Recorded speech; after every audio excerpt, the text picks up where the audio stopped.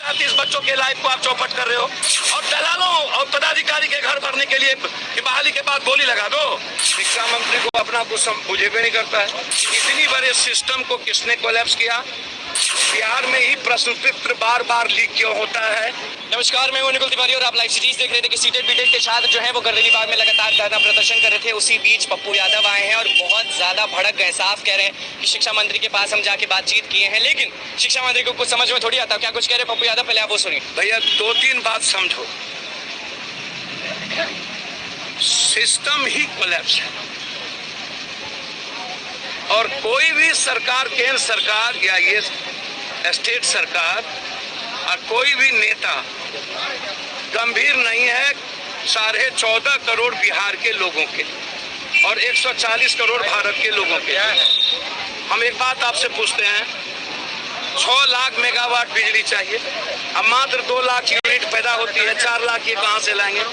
ये मुद्दा है नहीं ना है? बीपीएससी मुद्दा है। इसमें महाजन कौन थे?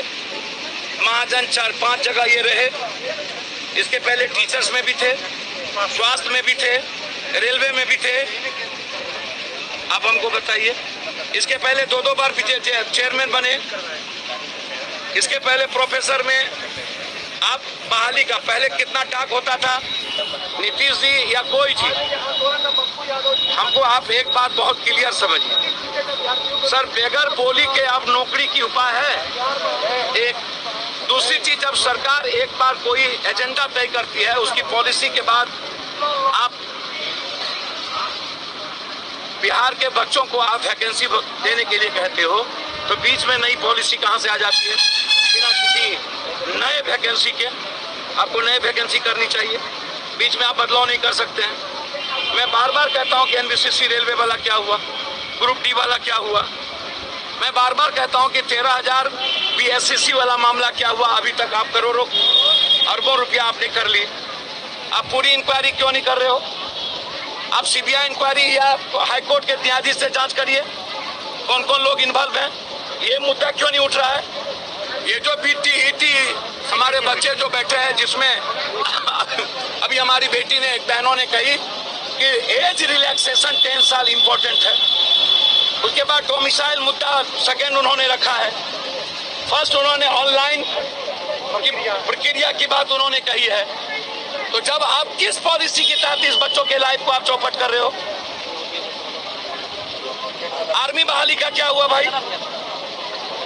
बहाली सिर्फ फॉर्म भरने के लिए और गवर्नमेंट का घर भरने के लिए और दलालों और पदाधिकारी के घर भरने के लिए कि बहाली के बाद गोली लगा दो। बीपीएससी के मुद्दे में चेयरमैन से लेके कौन कौन नेता, कौन कौन दलाल इसमें इन्वॉल्व है, कौन कौन बड़ी मछली है और किसके किसके शेयर है नेताओं के साथ, इसकी इंक्वायरी हाईकोर्ट के जज के मॉनिटरिंग में हो। आरके महाजन पर आपने कहा कि कोई बड़े नेता से उनका संपर्क है, आप नाम लेने सर एक बात बताइए, आप देखिए, आप बच्चा है, मैंने कहा किस नेता से उनका संपर्क अच्छा नहीं है। अभी जो वो चेयरमैन है तो सरकार से अच्छा संबंध ना होगा हो कि नहीं? टीचर्स में चेयरमैन थे, अच्छा संबंध होगा। उनके टाइम में रीजन में स्टेट कैंसिल हुआ था, वही हुआ। तो आप पूरी जांच करिए ना। आप एक तो वीडियो और एक तो को जेल भेज दिए, इसमें कोई मुद्दा है? हम लोग पूरे तरीके से बीटीटी और एसटीटी जो यहाँ पर बच्चे हैं, पूरी ताकत के साथ हम लोग खड़े हैं। हम शिक्षा मंत्री से बातचीत किए हैं, जितनी क्षमता हमारी औकात होगी, मोरली, फिजिकली और मेंटली इस बच्चों के साथ आर पार की लड़ाई लड़ेंगे। आपने बोला कि शिक्षा मंत्री से बात हुई है, तो शिक्षा मंत्री से क्या बात हुई है? शिक्षा मंत्री को अपना कुछ बुझे भी नहीं करता है। उनको आप भैया कभी वो कुछ बोलते हैं, सुने हैं? आज मुंडन संस्कार है इन लोगों का। भैया मुंडन संस्कार तो नेताओं का करवाइए ना, आप छोड़िए। मेरा सिर्फ इतना ही आग्रह है कि इतनी बड़े सिस्टम को किसने कोलैप्स किया? बिहार में ही प्रश्न पत्र बार बार लीक क्यों होता है? केरल, महाराष्ट्र और दिल्ली में क्यों नहीं? यहीं के चेयरमैन, यहीं के पदाधिकारी बार बार जेल क्यों जाते हैं? और ये सिस्टम के गलत व्यवस्था के कारण प्रश्न पत्र लीक होता है। क्या आगे नहीं होगा?